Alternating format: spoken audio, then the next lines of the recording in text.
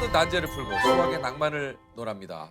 한국계 최초로 수학계 노벨상 필즈상을 수상한 허준희 교수님이십니다. 안녕하세요. 반갑습니다. 불러주셔서 감사합니다. 반갑습니다. 네. Now I am a professor of mathematics at Princeton University. 직접 소개 좀 해주시죠. 네, 미국 프린스턴 대학교와 한국 고등과학원을 오가며 수학을 연구하고 있는 수학자 허준입니다. 네. 이야, 수학자. 이야. 수식어에 잠깐만, 제가 아 좀 이제 일단 저 소개를 좀 드리자면 요거 이제 필즈상에 대해서 국제수학연맹이 4년마다 가장 뛰어난 연구 업적을 쌓은 40세 미만의 수학자에게 수여하는 상으로 노벨상에 이제 수학 분야가 없다 보니까 수학계의 노벨상이라 불리는데요. 10년 동안 수학 난제를 11개를 해결한 공로를 인정받아서 우리 그 한국계 최초로 수상한 분이 바로 허준희 교수님이십니다. 요게 이거 중요해요. 300년간 풀리지 않던 페르마의 마지막 정리를 해결한 영국의 수학자 앤드류 와일즈도 받은 그 필즈상이 그런 상이거든요. 이게 300년간 풀리지 않았던 페르마의 마지막 정리. 어떤 정리를 했길래? 죄송합니다, 교수님. 네. 어쨌든 요 난제라는 게 네. 이런 것들이 좀 있습니까? 무수히 많습니다. 아직도 많이 있어요? 엄청나게 많습니다. 와. 그 또 흔히 수학에 대해서 하는 오해 중에 하나가 이제 난제가 많이 있더라도 이렇게 사람들이 이렇게 하나씩 풀다 보면은 이제 난제는 좀 해결된 거 아닌가? 많이 없는 그럼 이제는 뭐 하지? 예, 이런 그렇죠. 생각들을 하시더라고요. 그런데 수학자들이 난제를 푸는 것도 잘 하지만 그것보다 훨씬 더 잘하고 훨씬 더 주업으로 하고 있는 게 뭐냐면은 난제를 찾아내는 거거든요. 그래서 가면 갈수록 인간이 이해하지 못하고 있는 새로운 종류의 현상. 난제의 숫자는 갈수록 증가하고 있고. 네, 아니 그렇습니다. 궁금한데 그거를 왜 풀어야 되는 겁니까? 아 궁금해. 난제를 두지 왜? 네, 근데 정말 자주 하시는 질문이고 자연스러운 의문이에요. 그래요? 왜 하는지. 예, 예. 근데 일단 첫째는 난제들에 접근하는 이유가 뭐냐 하면은 난제들은 오랫동안 여러 사람이 시도했는데 아직 풀리지 않았기 그렇죠. 때문에 난제라고 불리는 거잖아요. 그런 거겠죠. 겉보기에는 접근할 수 있고 이해할 수 있을 것 같은 상당히 자연스럽고 단순한 명제도 우리가 그게 왜 그런지를 이해할 수 없다는 거는 우리가 생각하는 방식의 뭐 근본적인 결함이라기보다는 더 발전할 수 있는 가능성을 보여주기 때문에 우리가 난제들에 집중을 하는 거거든요. 이거 이제 될것 같으니까. 네. 교수님, 갈 길은 잃었어요. 제가 보기에는 아니 저는 아닙니다. 저는 아닙니다. 뭔가 우리가 그러니까 이런 것 같아요. 그러니까 보이는데 네. 이거에 대한 답이 있을 것 같은데 네. 이걸 풀지 못하니까 푸는 거 아니에요? 네, 그렇죠. 이제 우리가 이해하고 있는 명제들이 있고 우리가 이해하지 못하고 있는 명제들이 있고 페르마의 마지막 정리라든가 어떤 것들은 여기에서 여기까지의 거리가 그렇게 멀지 않은 것 같은데 우리가 이렇게 갈 수 없다는 거는 우리 눈에는 지금 잘 보이지 않지만 논리의 관점에서 이 사이를 가로막고 있는 어떤 산맥 같은 것들이 있다는 거니까 그러니까 우리의 두뇌가 어떤 식으로 작동하는지 난제를 해결해 나감으로써 조금씩 더 잘 이해하게 되는 거죠. 일단 그 교수님, 저희가 좀 천천히 한번 접근을 해볼게요. 네. 이게 이제 대부분의 수학자가 평생 하나의 난제를 해결하기도 힘든데 아까 얘기했지만 이제 교수님은 11개. 더 대단한 게 이제 교수님이 박사학위도 받기 전에 난제를 이렇게 푸셨대요. 리드 추측 45년의 난제를 해결을 하셨고 호가 추측 41년 난제래요, 이것도. 딤카 파파디마 추측. 이건 진짜 처음 들어봐요. 이게 뭡니까 도대체? 이 이름도 정말 어려운데 교수님이 해결한 난제 하나만 좀 설명 가능하게 좀 이게 있습니까? 간단하게 설명해 주십사도 좀 이게 너무 어려울 것 같아서. 예. 네, 간단하게 설명할 수 있는 것은 없습니다. 네, 죄송합니다. 그러면 설명하려면 이게 좀 교수님 얼마나 걸려? 이거 하나 설명하시려면은. 네, 근데 정말 수학 이야기를 하려면은 네. 이해하기 쉽게 설명하는 과정에서 조금 부정확한 표현을 하게 될 수가 있거든요. 근데 이게 참 수학자들이 직업병이 있어서 뭐예요? 그 부분을 참 못해요. 부정확한 표현을 감수하는 것. 확실하게 돼야 이게 이제 되는데 네. 세상 모든 게 세 줄로 요약하고 그럴 수는 없는 없죠. 거잖아요. 그러면 교수님 나 이것만 부탁드릴게요. 이거. 그럼 하나만 리드 추측이란 건 뭡니까 이게? 어떤 건데 난제예요? 그 그래프의 채색당식이라는 불변량이 있는데 아 못 들어가겠다. 끝. 안돼. 끝. 이거 수상 연락을 좀 이게 이제 받으셨을 거 아니에요? 네, 미리 받았습니다. 처음에는 조금 망한 것 같은데? 라는 생각이 왜요? 들더라고요. 전 항상 스스로 좀 수학을 못하는 사람이라는 인식이 어렸을 때부터 있었거든요. 그런데 수학도 못하는데 이런 것까지 하면은 연구는 언제 하나? 어떻게 하지? 라는 생각이 들더라고요. 그래서 왜냐면 상을 타면 또 수상하러 가야 되고 뭐 네. 인터뷰도 있고 뭐 해야 할 여러 가지가 그 있잖아요. 시간에 내가 할 수 있는 연구를 못 하니까. 근데 그런 논문도 있더라고요. 어떤 논문이요? 역대 모든 필즈상 수상자들을 수십 년 동안 추적 조사를 해가지고 대조군과 비교했을 때 네. 필즈상을 수상한 이후에 연구 아웃풋이 네. 어떤가? 네. 확연히 논문을 못 쓴다. 그런 또 논문이 있더라고요. 그거 보고 이건 안 해. 아하. 우리도 그런 거 있잖아. 연예대상에서 대상을 받으면 네. 그 다음에 뭐 프로그램이 아. 예년만큼의 프로그램이 나오지 않는다. 뭐 이런. 근데 뭐 이게 또 필즈상하고 연예대상을 비교하기가 좀 뭐 그렇긴 한데. 뭐 비교할 데가 없어서. 네. 2020년에는 이제 하버드, 프린스턴, 스탠퍼드에서 종신 교수 제안을 받으셨어요. 네, 그죠? 됐습니다. 이게 예전에 그 우리 스탠퍼드의 그 이진영 교수님 네. 나오셨을 때 이게 어떤 의미인지 저희가 들었잖아요. 들었죠. 종신 교수요? 네네 안 잘리는 거죠. 와 대박. 대박 안 잘리는. 정년이 있습니까? 없습니다. 없다니까요. 종신. 그게 아예 종신이라고요? 종신. 종신이. 내 생이 끝날 때까지예요. 네. 야. 아니 근데 그렇게 해서 선택한 곳이 프린스턴 대학교 수학과. 네. 왜 이곳을 선택을 하셨습니까? 우리가 수학 제일 잘하니까. 그래서? 네. 얘기하세요. H대, S대 동료 친구분들 많이 계신데 네. 죄송스럽긴 하지만 프린스턴이 수학은 제일 잘하지 않나. 그래서 프린스턴을 수학의 도시라고 한대요. 그 정도로 여기가 수학을 거기 위치가 어디에 있는 거예요? 그 뉴저지라고. 뉴욕? 네, 뉴욕에서 한 저 그러니까 시간 가면. 뉴욕 갔다 왔어요. 제가 숙소가 뉴저지에 있었어요. 네네네. 네, 거기서 기차 타면은 금방입니다. 가볼 거 그랬네. NJ 트랜짓이라고 몇 정거만 가시면 돼요. 뉴저지에.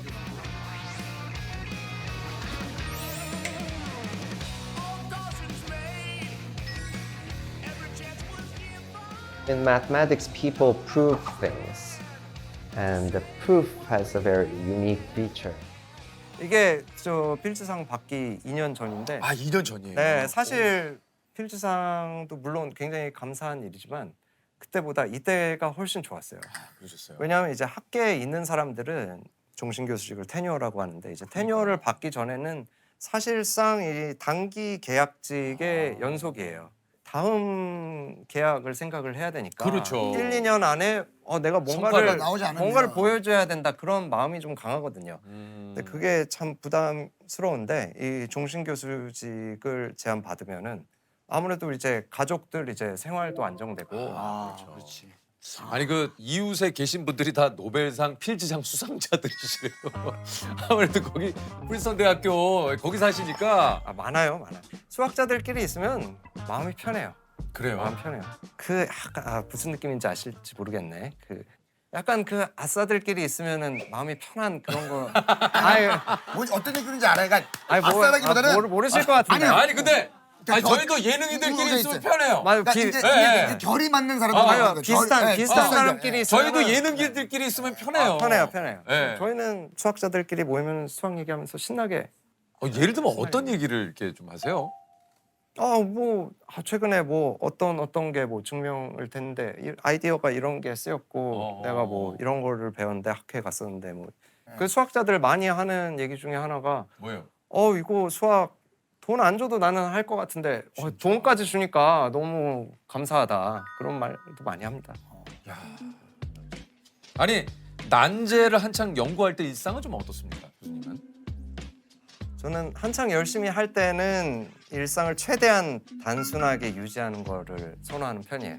일상을 좀 단순화한다는 건 예를 들면 어떤 건가요? 매일 똑같은 옷 입고 매일 똑같은 곳에 가서 식사하고 매일 똑같은 시간에 자고 이걸 계속 반복하면서 이제 될 때까지 난제에 대한 새로운 아이디어가 떠오를 때까지 기다리고 스스로한테 시간을 많이 주는 건데 새로운 걸 하지 않고 그냥 계속 반복되는 네. 일상. 왜냐하면 새로운 거를 한다는 것 자체가 네. 그 사실 자극이잖아요. 아, 그러니까 그 자극으로 인해서 내 마음속에 이제 새로운 것이 피어날 만한 그 여지를 조금 앗아가는 게 아닌가 싶어서 이야, 야 교수님 뭐, 야, 2009년이죠. 우리 그 교수님께서 미국 유학길에 올라서 일리노이 대학으로 가시게 됐다고 해요. 이게 그래서 이제 2012년에 박사 1년 차에 45년간 아무도 풀지 못했던 난제 리드 추측을 해결을 하시고 미시간 대학에서 러브콜이 와서 박사는 또 미시간 대학에서 수료를 하셨다고 합니다. 박사 과정을 마치고 2014년이죠. 전 세계 천재들만 갈 수 있다는 프린스턴 고등학교 연구원으로 가셨는데 고등학교 아니고요. 고등연구소. 고등연구소. 죄송합니다.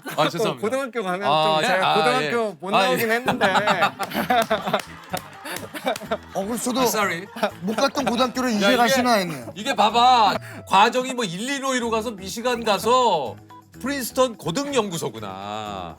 요게 이제 연구원으로 가셔가지고 아인슈타인도 거기서 연구를 했어요? 네, 뭐 아인슈타인뿐만 아니라 뭐 괴델, 폰 이야. 노이만, 뭐 오펜하이머. 이거 최근에 영화 나왔었어요. 네. 그거 실제로 거기 우리 캠퍼스에서 찍은 거예요. 아, 거의 진짜요? 살던 집 바로 옆에서 아 카메라랑 배우들 다 와가지고 찍고 그런 거예요. 거기서 찍었어요? 네. 뭐 말 그대로 여기가 이제 천재들만 모이는 곳 아닙니까? 이게 이제 그 프린스턴 고등연구소 사실 거긴 좀 어때요? 이게 이제 그 진짜 천재들이 모여 있는 곳이잖아요. 거기 이제 수학과의 경우에는 이제 매년 특정한 주제를 정해요. 네. 그래서 이제 전 세계에서 네. 그 주제에 관심을 가지고 있는 전문가들을 다 초청을 해가지고 1년 동안 하나의 마을같이 돼 있거든요.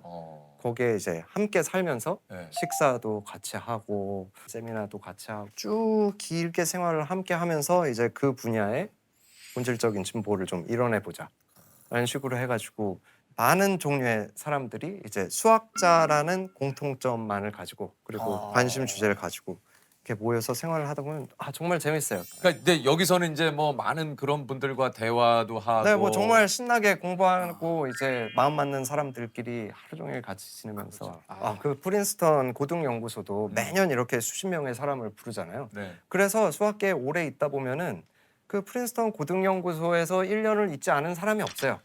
그리고 또 그 1년이 많은 경우에 이제 자기 연구 인생의 하이라이트인 분들도 많고 그게 또 그 공간이 가지는 이제 힘이 되거든요. 그렇죠. 네.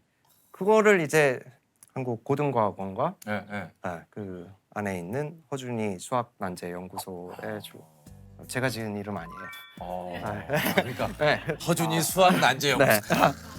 좋다. 지금은 이제 시작하는 단계고 이제 사실 네. 간판만 있는 그런 느낌이기는 한데 네. 그래도 이제 여기에서 이제 나와서 연구도 하고 이제 기반도 잘 잡으면서 나중에는 다른 사람 친구들 많이 불러가지고 그럴 수 그런 있으면. 비슷한 경험을 하게 그렇죠. 할 수 있으면 너무 좋죠. 신날 것 같아요.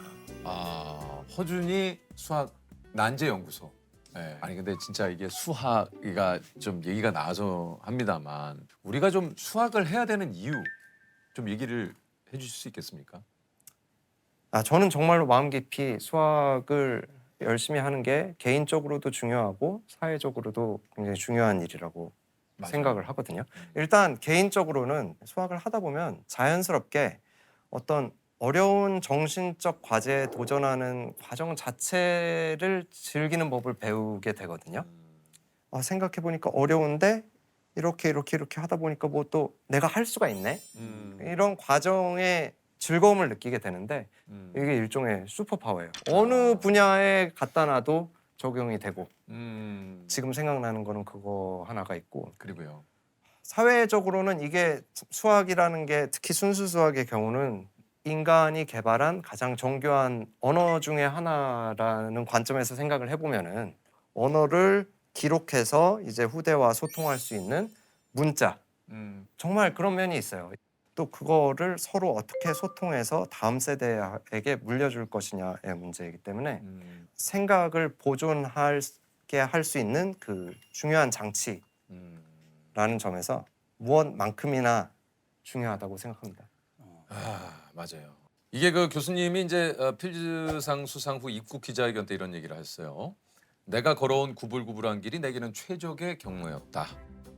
네, 많은 10대, 20대 분들이 그러신 것처럼 저도 이런저런 시행착오를 겪어왔다고 말할 수 있겠는데요. 지금 다 돌아와서 생각해 보니까 제가 걸어온 길이 이제 구불구불하기는 했지만 저한테는 그게 가장 좋고 빠르고 최적화된 길이었던 것 같아요. 그 기로에서 시행착오를 혹시 겪고 계신 분들에게 좀 해주고 싶은 말 있습니까? 그 언어화되지 않은 지식을 직관이라고 하잖아요.